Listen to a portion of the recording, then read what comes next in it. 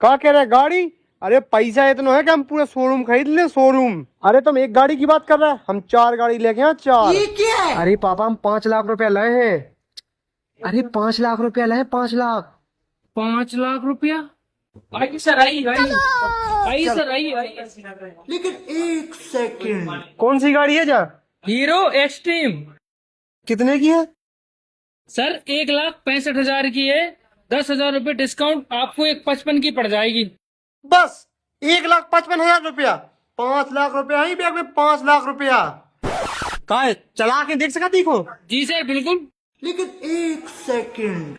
अरे यार अब जब बैग की तरह रखें। सर मुझे दीजिए, मैं रख लेता हूँ। ठीक है ठीक है।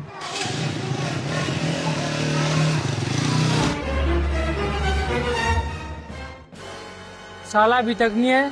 चलो ठीक है, 5 लाख रुपए तो मिले। अभी मजा आएगा ना भिड़ो। 5 लाख रुपए।